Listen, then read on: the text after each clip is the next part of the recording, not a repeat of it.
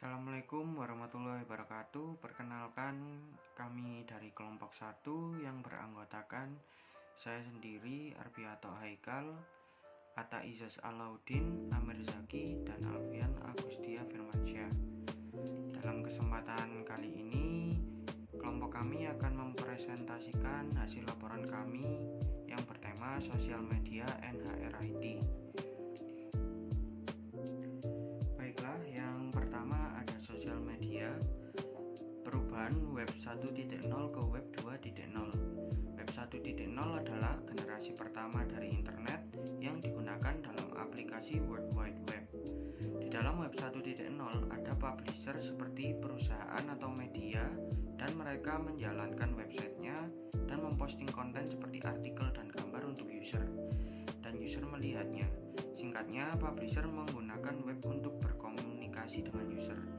Sedangkan web 2.0 sedikit berbeda. Di dalam web 2.0 masih terdapat website tetapi tidak ada publisher, dan di dalam web 2.0 tidak terdapat consumer melainkan prosumer. Prosumer adalah konsumer yang melihat informasi dari internet, akan tetapi mereka juga menghasilkan konten. Singkatnya, prosumer adalah user yang menghasilkan dan menggunakan konten. Seperti contoh Wikipedia, YouTube, Facebook, eBay, dan dapat dilihat di sana tidak ada publisher yang menulis, akan tetapi user sendirilah yang menulis kontennya. Jadi dapat dikatakan penggunaan web 2.0 lebih interaktif daripada web 1.0. Secara umum, media sosial adalah sebuah media daring yang digunakan satu sama lain, yang para penggunanya bisa dengan mudah berpartisipasi, berinteraksi, berbagi, dan menciptakan isi blog, jejaring sosial, wiki, forum, dan dunia virtual tanpa dibatasi oleh ruang dan waktu. Contoh bentuk media sosial yang paling umum digunakan oleh masyarakat di seluruh dunia adalah blog, jejaring sosial, dan wiki. Secara pasti, media sosial dapat dianggap dalam beberapa cara berbeda.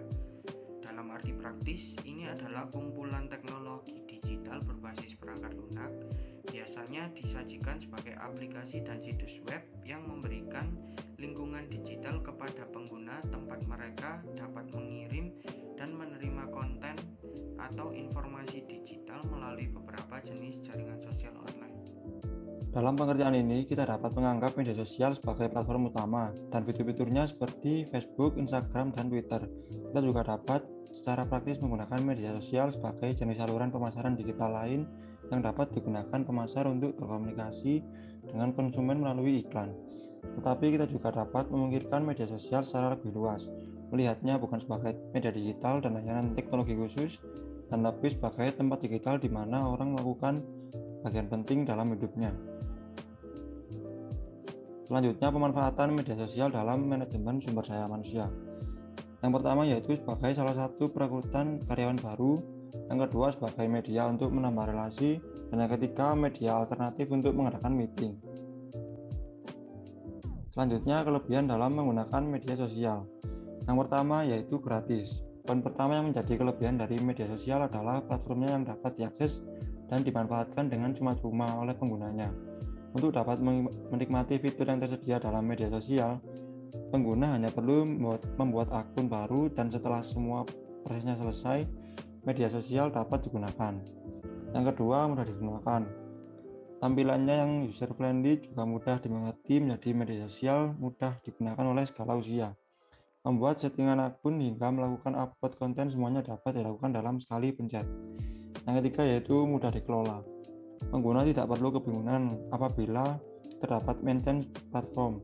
Melakukan update aplikasi secara rutin dapat mempermudah pengguna untuk menikmati fitur-fitur yang baru disediakan oleh platform. Yang terakhir yaitu dapat menjangkau pasar yang luas ketika berbisnis. Salah satu cara yang dapat dimanfaatkan pelaku usaha untuk menjangkau pasar yang luas adalah memberikan hashtag pada postingannya untuk disebarluaskan. Menggunakan media sosial. Yang pertama, desain platform yang terbatas. Kekurangan pertama yang terdapat dalam media sosial adalah penggunanya tidak dapat mengubah tampilan akun media sosialnya sesuka hati. Salah satu hal yang dapat dilakukan pelaku usaha untuk menjalankan bisnisnya di media sosial adalah dengan menyesuaikan desain kontennya dengan brand identity yang dimiliki oleh produk maupun perusahaan. Yang kedua, kontrol terbatas. Di media sosial, siapapun dapat dengan bebas memberi komentar di setiap postingan yang dibuat oleh pelaku usaha. Sehingga pelaku usaha kurang bisa mengontrol komentar-komentar buruk yang muncul pada akun media sosialnya. Yang ketiga, fungsi platform yang kurang fleksibel. Platform media sosial hanya dapat digunakan oleh pelaku usaha untuk menjaring calon pelanggan melalui konten atau postingan. Tidak tersedia fitur lain yang dapat dimanfaatkan oleh pelaku usaha seperti membuat email list. Yang keempat, banyak berita dan akun palsu. Karena mudah digunakan, maka kita harus berhati-hati dalam menggunakan media sosial karena banyak sekali berita yang tersebar tanpa ada kejelasan yang berarti itu adalah berita hoax atau berita palsu. Next.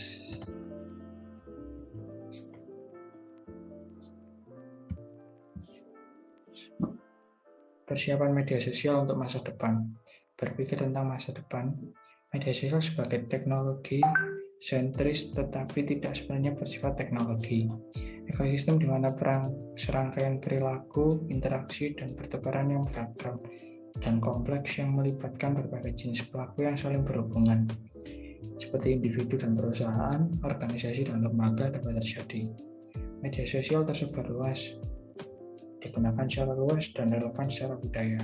Perspektif definisi ini sengaja dibuat luas karena kami percaya bahwa media sosial pada dasarnya telah menjadi hampir segalanya konten, informasi, perilaku, orang, organisasi, dan lembaga yang dapat ada di dalam lingkungan digital, jaringan yang saling berhubungan di mana interaktivitas dimungkinkan.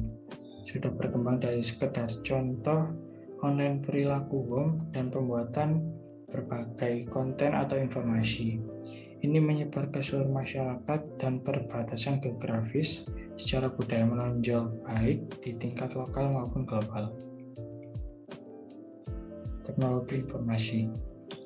Teknologi informasi atau dalam bahasa Inggris dikenal dengan istilah Information Technology atau IT adalah istilah umum untuk teknologi apapun yang membantu manusia dalam membuat, mengubah, menyimpan, mengomunikasikan, dan atau menyebarkan informasi. Teknologi informasi menyatukan komputasi dan komunikasi berkecepatan tinggi untuk data, suara, dan video. Contoh dari teknologi informasi bukan hanya berupa komputer pribadi, tapi juga telepon, TV, peralatan rumah tangga elektronik, dan peranti genggam modern, misalnya ponsel. Selanjutnya, cara bijak menggunakan media sosial. Yang pertama ada, jangan asal posting konten. Sadari bahwa akun media sosial kamu bisa dilihat secara publik, termasuk semua postingan di dalamnya. Oleh karena itu, kamu harus lebih bijak dalam memilih konten-konten sebelum diunggah ke media sosial. Meskipun platform media sosial saat ini punya fitur privasi yang bisa kamu atur, namun tak ada salahnya menggunakan media sosial dengan baik dan bermanfaat sehingga tidak menyinggung pihak lain. Yang kedua, tidak perlu detail mencantumkan informasi. Di era digital yang semakin canggih pula kejahatan cyber. Dalam akun media sosial, jangan pernah mencantumkan informasi pribadi yang dikarenakan kita tidak pernah tahu ancaman-ancaman apa yang sedang mengintai. Protect your privacy. Yang ketiga, jaga etika media. Media sosial memang memberikan kebebasan bagi para penggunanya, tetapi bukan berarti bebas pula dalam beretika. Jaga selalu etika, sopan santun, dan selalu bersikap respek kepada teman-teman atau orang-orang yang berinteraksi di akun media sosial kita. Hindari penggunaan kata-kata kasar atau yang mengandung unsur sara.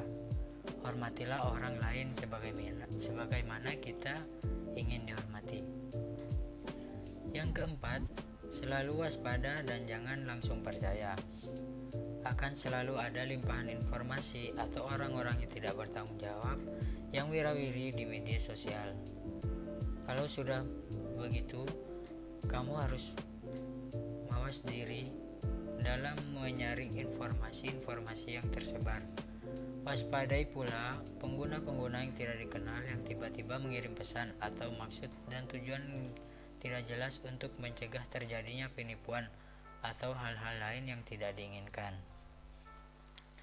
Yang terakhir, filter akun-akun yang diikuti.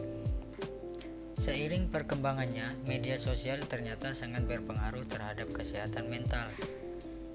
Kita sering ucap kali silau dengan kehidupan orang lain yang kita lihat di media sosial dan membandingkannya dengan kehidupan kita.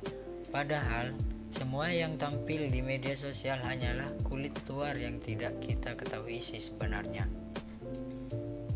Mengatasi hal itu, ikutilah akun-akun bermanfaat, menghibur, dan atau kredibel yang justru bisa menambah wawasanmu.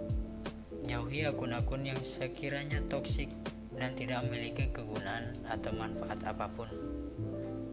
Mungkin sekian presentasi dari kelompok 1. Untuk kurang lebih